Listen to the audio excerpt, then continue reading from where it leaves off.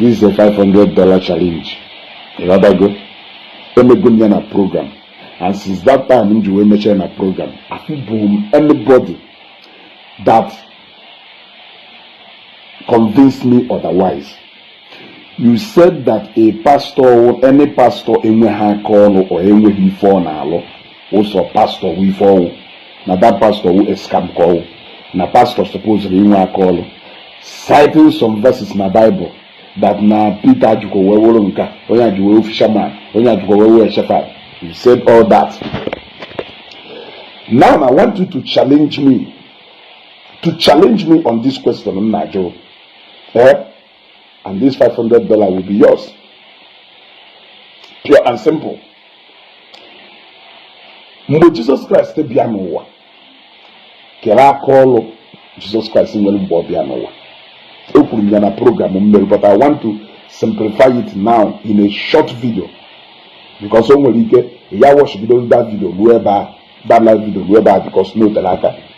Kela call Jesus Christ born on Owa. On Azwafia na Spanda, on Azuna Balogun, on Azwafia na Mandelas. On Keriva na Tejo Market, on Alabe Pokono. On Alona Zenith Bank, on Alona UBA Bank, on Alona Dangote Refinery, on Alona Koshalis Rice. How was he able to sustain himself and his 12 disciples? I'm asking you, how was he able to feed them? All the logistics and everything about their transportation throughout their missionary journey, throughout their mission on earth here, who was paying for those bills? Who was clothing them?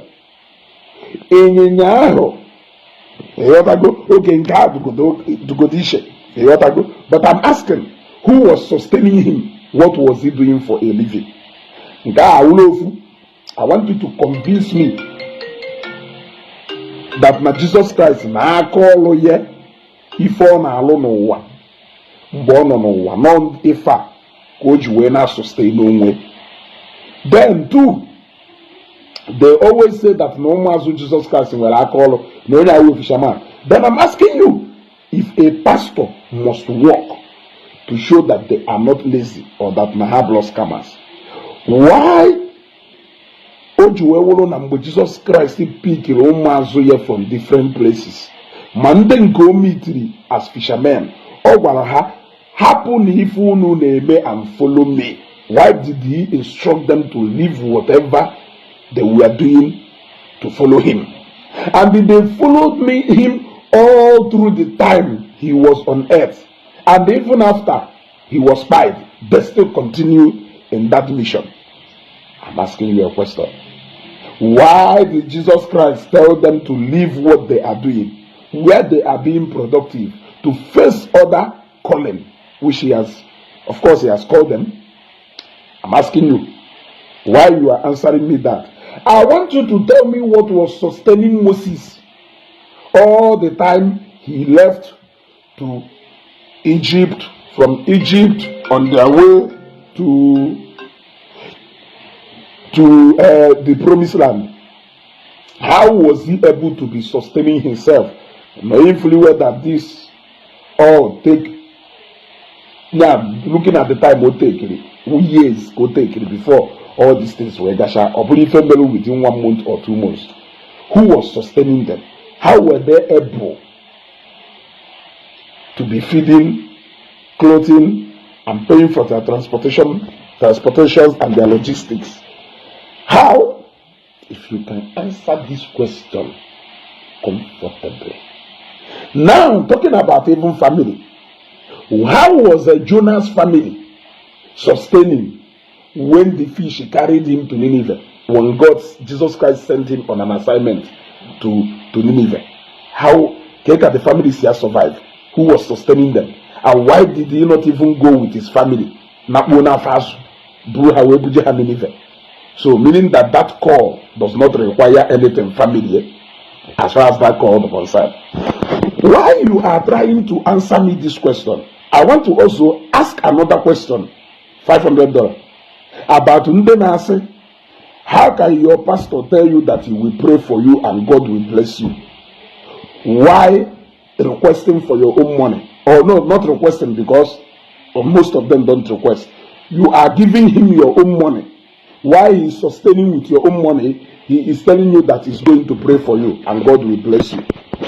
Now, here is the question. When Jesus Christ melu 5 loaves of bread and 2 fishes, or multiply or feed 5,000 people, why did he request or ask that fish from people? Why did he ask people to bring that fish? Why did he not invoke that fish or say a word and that fish will appear? Why did he have to request that fish from the people who he want to feed? It's a question. Remember, he is the savior of the world. So if he is savior, it means he has all the power. So okay, if a battle no invoke the fish and the bread or appear, he asks it from the same people who is their savior, who is their provider. He asks it from the same people too. Okay, boy. Kedu ife kpatalụ na mgbe Jesus Christ jelu Canaan, ọ turnụrụ water into wine? Why did he ask them to go and bring keg and fill it with water? Why is it that no on agwa ha wotanu can never perform that miracle? Why did he not just say, oh, a wine will appear? He still gave them task to go and bring Eva Bajue with Miri. Whether na heje go Miri aha na nke kosharis achoyema, whether na heje go na salafik water. If all my own, he gave them instruction, go and bring water and fill up this container. Then number 3, from go one when I go to moto, when I go past moto. Don't care, Jesus Christ says you will make triumphant entry here to Jerusalem if I'm not mistaken. Why did he not just say a word and the donkey appeared? Why was it somebody or people who provided that donkey for the Messiah?